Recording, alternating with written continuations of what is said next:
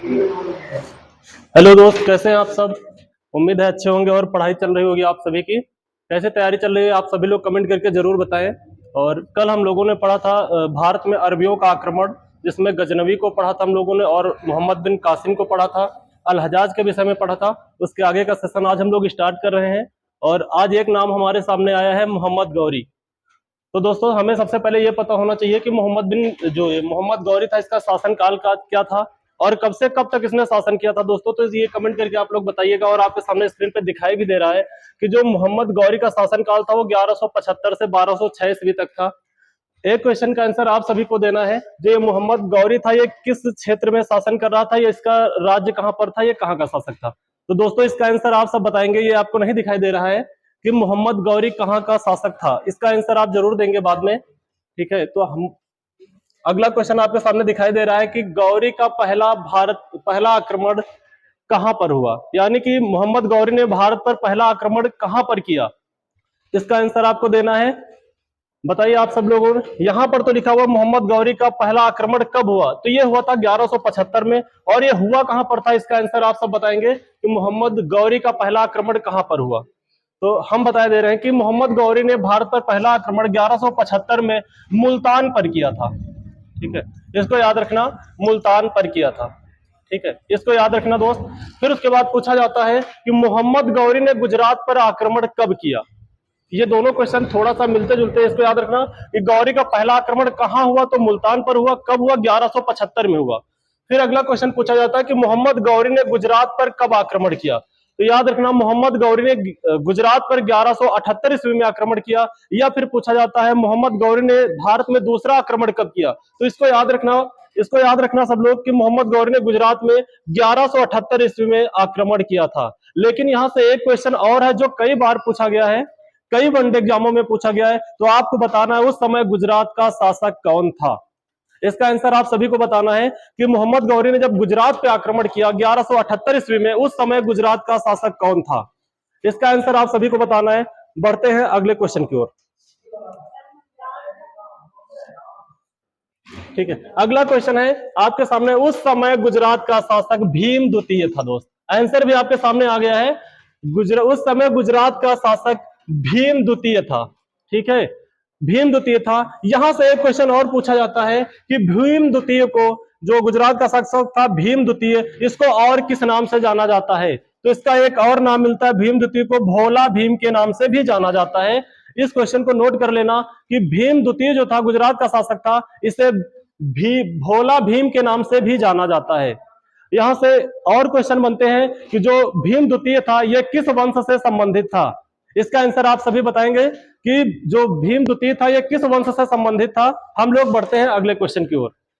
ठीक है, इसका आंसर आप सभी लोग जल्दी से जल्द बताएं। आपके सामने दिखाई दे रहा है। फिर भीम द्वितीय से कुछ क्वेश्चन है, आप सब बताएंगे कि भीम द्वितीय किस वंश से संबंधित था। हम बता रहे हैं जो भीम द्वितीय था यह चालुक्य या सोलंकी वंश से संबंधित था। इसका आंसर लिख लेना कि भीम द्वितीय जो था यह चालुक्य या सोलंकी वंश से संबंधित था। अगला क्वेश्चन आपके सामने है, भीम द्वितीय की माता का नाम क्या था। नायिका देवी। तो दोस्त, नायिका देवी जो थी, इनकी एक अलग ही कहानी है। आपको हम ये कहानी बताएंगे, लेकिन पहले याद रख लेना भीम द्वितीय की जो माता थी, भीम द्वितीय की माता का नाम नायिका देवी था। याद रखना। और उस समय इतिहास में नायिका देवी का जो नाम दर्ज किया गया वो सबसे सुनहरे अक्षरों में दर्ज किया गया कि क्योंकि ये भारत की पहली माता थी जिन्होंने अपने पुत्र को उस समय के सबसे ताकतवर शासक के सामने लड़ने के लिए भेज दिया। और इन्होंने जबकि उस समय गौरी से मुकाबला करना इतना आसान नहीं था। और भीम द्वितीय जो थे गुजरात के क्षेत्र के शासक थे, कोई इतने बड़े शासक भी नहीं थे। लेकिन 1178 में जब मोहम्मद गौरी ने गुजरात पर आक्रमण किया, तो उस समय भीम द्वितीय वहां के शासक हुआ करते थे। जबकि भीम द्वितीय मोहम्मद गौरी के सामने कुछ नहीं थे। मोहम्मद गौरी की सेना भी बहुत बड़ी थी और भीम द्वितीय की सेना जो थी वो एक छोटी सी सेना थी। लेकिन कहते हैं ना दोस्तों, जिसके अंदर साहस होता है, जुनून होता है, वो कुछ भी कर सकता है। उस समय जो भीम द्वितीय थे, उनकी जो माता थी नायिका देवी ने, इन्होंने अपने पुत्र से कुछ वादा करवाए और कुछ वचन लिए। वो वचन क्या थे, हम आपको बता रहे हैं। उस समय जब भीम द्वितीय युद्ध स्थल के लिए तैयार होने लगा, भीम द्वितीय के मन में डर भी रहा होगा कि इतने बड़े शासक के साथ हम लड़ने जा रहे हैं, जिसने जिसने अफगानिस्तान से आकर भारत पर आक्रमण किया, तो डर जरूर रहा होगा दोस्तों। तो उस समय नायिका देवी जो थी भीमदुती की माता ने उनको कैसे साहस देती हैं। उस समय नायिका देवी ने अपने पुत्र भीमदुती से कहा पुत्र आज तुम्हारी ताकत दिखाने का समय है, आज तुम्हारी कितनी क्षमता है ये दिखाने का समय है। कहीं तुम मोहम्मद गौरी से डर तो नहीं रहे हो। तो कौन बेटा होगा जो अपनी माँ से ये कहेगा कि हम अपने दुश्मन से डर रहे हैं। तो भीमदुती वहां पर साहस दिखाते हुए, और एक यहाँ से क्वेश्चन और है, ये इतिहास में पहली बार हुआ जब भीमदुती युद्ध स्थल में गया तो उसके साथ उसकी माँ नायिका देवी भी गई थी। इसको याद रखना, जब भीमदुती युद्ध स्थल में गया तो नायिका देवी भी युद्ध मैदान में गई और सिर्फ ये देखने गई थी कहीं हमारा पुत्र डर तो नहीं रहा है, कहीं मोहम्मद गौरी का खौफ तो नहीं उसके चेहरे पर दिखाई दे रहा है। लेकिन वहां कुछ और ही होता है। कहते हैं ना, जिसके साथ माँ की दुआएं हैं उसका कोई कुछ नहीं कर सकता है। और वही हुआ मोहम्मद गौरी और भीमदुती के बीच में। इतना बड़ा शासक था, भीमदुती ने इसे पलक झपकते ही यानी कि कुछ घंटों में ही जो है मोहम्मद गौरी को भीमदुती ने गुजरात में परास्त कर दिया। और मोहम्मद गौरी यहाँ से गुजरात से पलायन कर गया, कहाँ के लिए? अफगानिस्तान के लिए, क्योंकि यहाँ पर उसको बहुत बुरी तरह से हराया गया भीमदुती के द्वारा। ठीक है, अगला क्वेश्चन मिलता है मोहम्मद गौरी भारत को, हाँ अगला क्वेश्चन आपके सामने, मोहम्मद गौरी का भारत में आक्रमण करने का उद्देश्य क्या था? तो याद रखना दोस्त, आपके सामने क्वेश्चन दिखाई दे रहा, मोहम्मद गौरी भारत को लूटने के उद्देश्य से आया था। यानी कि भारत को वो लूटने के उद्देश्य से आया था, क्योंकि उसे पता था कि मोहम्मद गौरी ने भारत से बहुत ज्यादा धन अर्जित किया है। यही उद्देश्य लेकर मोहम्मद गौरी भी भारत की ओर बढ़ता है, लेकिन भीमदुती इसको यहीं पर रोक देता है और उसके सपनों को चकनाचूर कर देता है। ठीक है, अब आगे बढ़ते हैं हम लोग नेक्स्ट क्वेश्चन की ओर। ठीक है, अगला क्वेश्चन आप सबके सामने, तराइन का प्रथम युद्ध कब हुआ था? तो इसको याद रखना, तराइन का प्रथम युद्ध 1191 ईस्वी में हुआ था। ये कई बार पूछा गया है कि तराइन का प्रथम युद्ध कब हुआ था? 1191 ईस्वी में। अगला क्वेश्चन आपके सामने है, तराइन का प्रथम युद्ध किन दो शासकों के बीच में हुआ था? तराइन का प्रथम युद्ध किन दो शासकों के बीच में हुआ था? तो इसको याद रखना, मोहम्मद गौरी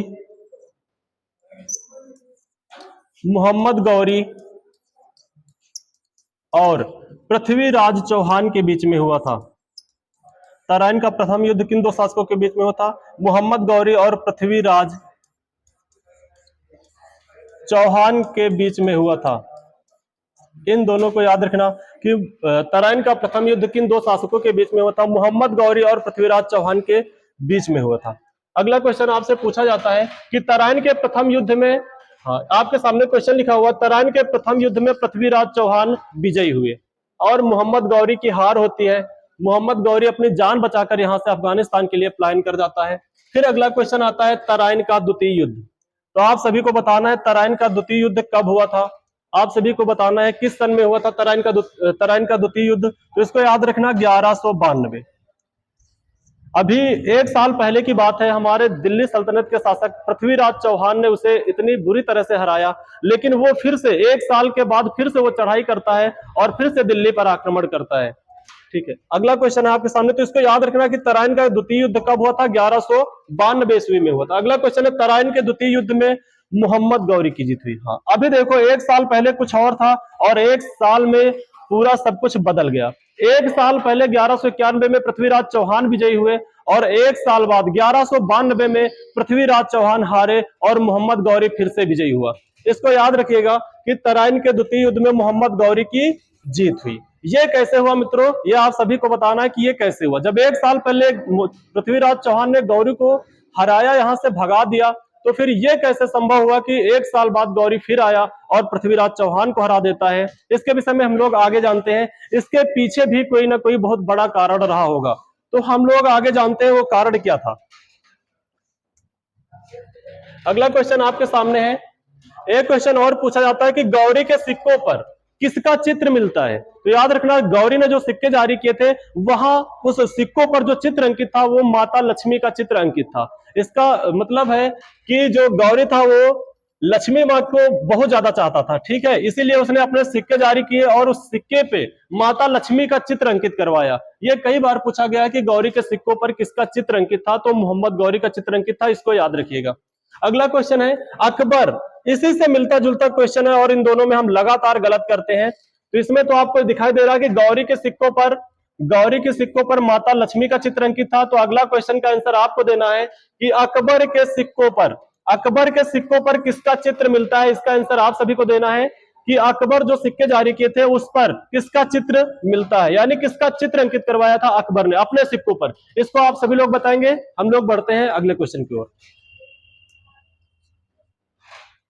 अगला क्वेश्चन देखिए, पृथ्वीराज चौहान। हाँ, पृथ्वीराज चौहान को मोहम्मद गौरी से हारने का सबसे बड़ा कारण आपको मिल गया है मित्रों। इसको आप सभी लोग याद रखिएगा कि पृथ्वीराज चौहान की हार क्यों हुई। जो सबसे बड़ा कारण बना पृथ्वीराज चौहान को हराने में, जो सबसे अहम भूमिका निभाया, उसका नाम था जयचंद। दोस्त, जयचंद के विषय में कितने लोग जानते हैं, ये सब आप बताएंगे। जयचंद जो थे ये हमारे उत्तर प्रदेश के कन्नौज के एरिया के शासक हुआ करते थे, जो कि दिल्ली से इनका बॉर्डर लगता था। उसी समय जयचंद और पृथ्वीराज चौहान से कुछ अनबन हुई, जिसमें जयचंद ने मोहम्मद गौरी का साथ दिया और मोहम्मद गौरी ने हमारे चौहान साहब को हरा दिया। तो उसमें जयचंद का आज भी लोग गांव में कहावते हैं कि हमारे देश में जयचंदों की कमी नहीं है, क्योंकि इन्होंने अपने ही देश के एक शासक को धोखा दिया और हरवा दिया। इसमें सबसे बड़ा जो रोल था वो था जयचंद का। इन दोनों के दुश्मनी का कारण क्या था वो आपके सामने दिखाई दे रहा होगा कि पृथ्वीराज चौहान ने जयचंद की बहन संयोगिता का अपहरण कर लिया था। इसको याद रखना। इसकी सबसे बड़ी वजह थी कि जो पृथ्वीराज चौहान थे उन्होंने जयचंद की बहन संयोगिता का अपहरण कर लिया था। हालांकि कुछ इतिहासकारों का मत है कि पृथ्वीराज चौहान ने जबरदस्ती अपहरण नहीं किया, उसमें जयचंद की बहन का भी हाथ था। लेकिन कहीं ना कहीं जयचंद ने पृथ्वीराज चौहान को नीचा दिखाने का प्रयास यहाँ पे जरूर किया था। ये हम आपको बता दे रहे हैं। यही कारण था कि पृथ्वीराज चौहान ने उनके बहन का अपहरण किया। बताते हैं कि इन दोनों को उस समय थोड़ा सा बनी नहीं, और जिस समय संयोगिता का स्वयंवर हो रहा था तो भारत का हर बड़े सा बड़ा शासक या हर छोटे से छोटे शासक को बुलाया गया था। लेकिन इस प्रतियोगिता में, इस स्वयंवर में पृथ्वीराज चौहान को निमंत्रण नहीं दिया गया था, जो कि उस समय के सबसे बड़े राजा माने जाते हैं।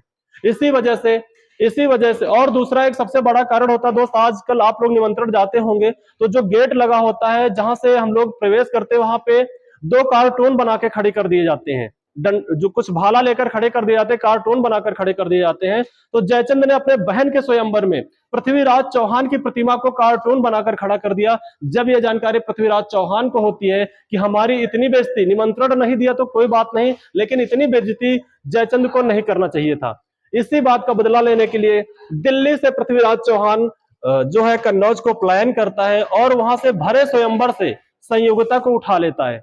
जितने भी शासक उस समय बैठे हुए थे, किसी भी शासक में इतनी क्षमता नहीं थी जो पृथ्वीराज चौहान को रोक सके।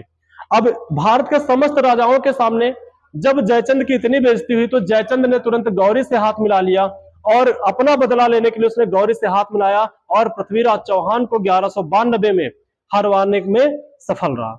ठीक है, अगला क्वेश्चन आता है।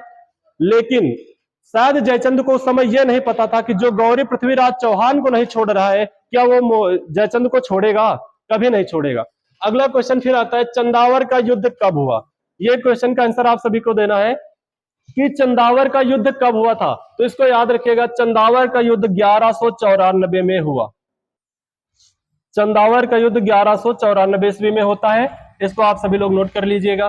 फिर अगला क्वेश्चन है, चंदावर का युद्ध किन 2 शासकों के बीच हुआ? तो इसको याद रखना, चंदावर का युद्ध मोहम्मद गौरी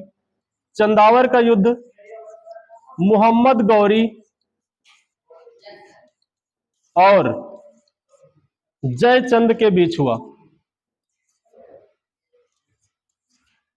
चंदावर का युद्ध 1194 में मोहम्मद गौरी और जयचंद के बीच होता है, जिसमें मोहम्मद गौरी विजयी होता है और जयचंद हार जाते हैं। इन दोनों के बीच पहले तो संधि थी, लेकिन कुछ बातों के वजह से तनाव हुआ और दोनों का आपस में युद्ध हो गया, और उस युद्ध को हम लोग जयचंद के जो है कन्नौज के युद्ध या चंदावर के युद्ध के नाम से जानते हैं। तो याद रखना, चंदावर का युद्ध कब हुआ? 1194 में। किन 2 शासकों के बीच हुआ? मोहम्मद गौरी और जयचंद के बीच हुआ, जिसमें मोहम्मद गौरी विजयी हुआ और जयचंद की हार हुई। ठीक है, बढ़ते हैं हम लोग अगले क्वेश्चन की ओर। इसको याद रखिएगा सभी लोग। अगला क्वेश्चन आपके सामने है कि 15 मार्च 1206 ईस्वी को खोखरो जनजाति के लोगों ने हत्या कर दी। किसकी हत्या कर दी? शायद ये टैप नहीं हुआ। बताइए आप सभी लोग, 15 मार्च 1206 ईस्वी को खोखरो जनजाति के लोगों ने हत्या कर दी। किसकी? ये आप सभी को आंसर देना है कि खोखरो जनजाति के लोगों ने 15 मार्च 1206 ईस्वी को किसकी हत्या कर दी?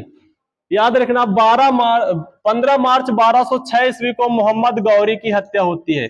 मोहम्मद गौरी की हत्या होती है, इसको याद रखिएगा।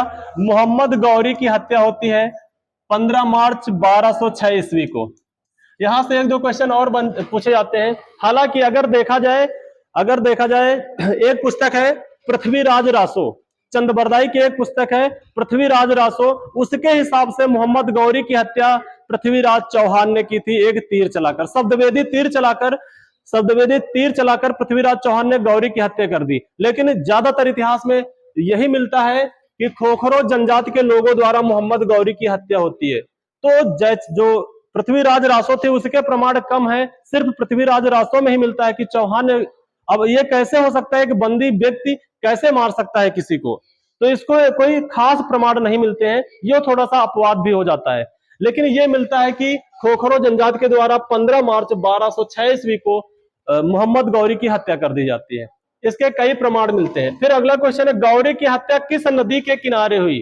सभी लोग बताएंगे कि गौरी की हत्या किस नदी के किनारे हुई थी। कौन बताएगा? बताइए आप सभी लोग कि गौरी की हत्या किस नदी के किनारे हुई। ठीक है, हम बता रहे हैं गौरी की जो हत्या हुई थी वो झेलम नदी के तट पर हुई थी। झेलम नदी हमारी पड़ती है पंजाब के एरिया में पड़ती है, तो इसको याद रखना कि जो मोहम्मद गौरी था इसकी हत्या किस नदी के किनारे हुई थी, तो इसको याद रखिएगा, मोहम्मद गौरी की हत्या झेलम नदी के तट पर हुई थी, इसको याद रखना। अगला क्वेश्चन आ जाता है गौरी के जमाई। आप सभी लोग समझ रहे होंगे कि गौरी के जमाई, जमाई शब्द किसके लिए प्रयोग होता है आप सभी को पता होगा। जो जमाई शब्द होता है वो हमारे भारत में दामाद के लिए प्रयोग होता है, यानी बेटी के पति के लिए प्रयोग होता है। तो गौरी के 3 जमाई थे। हालांकि गौरी बहुत बुद्धिमान व्यक्ति था, ये अपने जीते जी अपने तीनों जमाइयों को अलग अलग क्षेत्रों में बांट गया था कि इस एरिया में आप शासन करेंगे, इस एरिया में आप शासन करेंगे, ताकि इन तीनों में आपसी टकराव ना हो। आपसी होता है ना, जब घर में आपस में किसी से टकराव होता तो बाहर के लोग मजा लेते, इसलिए गौरी पहले ही विभाजित करके गया था कि आप लोग आपस में नहीं भिड़ेंगे। तो याद रखना गौरी के, सबसे पहले पूछा जाता है गौरी के कितने जमाई थे, तो याद रखना गौरी के 3 जमाई थे। पहले जमाई का नाम था तजाउद्दीन अल्दीज, ये दीज है, याद रखिएगा दोस्त, ये डी लिखा हुआ है यहाँ पे, दा कर लीजिएगा।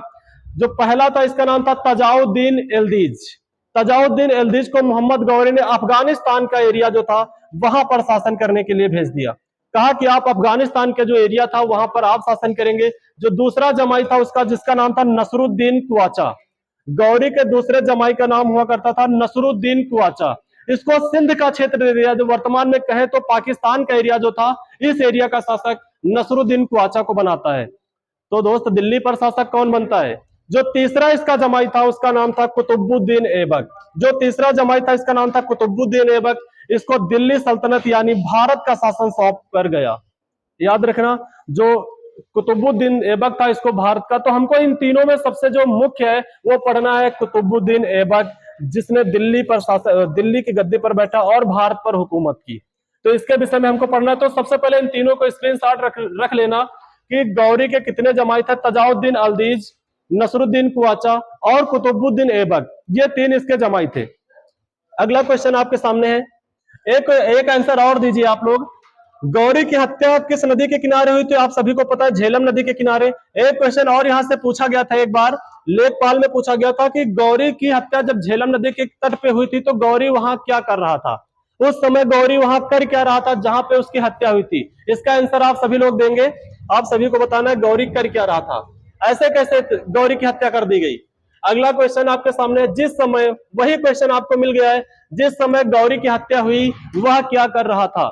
जिस समय गौरी की हत्या हुई उस समय गौरी क्या कर रहा था? इसका आंसर आप सभी लोग देंगे। ठीक है, समय कम है, हम ही बता दे रहे हैं। उस समय गौरी शाम की पूजा कर रहा था। उस समय जो गौरी जो था वो शाम की पूजा कर रहा था। शाम की पूजा होती है, जो भी होता हो, ये शाम की पूजा कर रहा था। और खोखरो जनजाति थी उसके लोगों ने अचानक हमला किया और उसकी हत्या कर दिया। याद रखना, शाम की पूजा कर रहा था। इसको आप सभी लोग याद करके रख लेना कि जिस समय गौरी की हत्या हुई उस समय मोहम्मद गौरी क्या कर रहा था, शाम की पूजा कर रहा था, और अचानक हमला होता है और गौरी की हत्या कर दी जाती है। ठीक है दोस्तों, आज गौरी से इतने ही क्वेश्चन। मिलते हैं अगले वीडियो में। जय हिंद, जय भारत।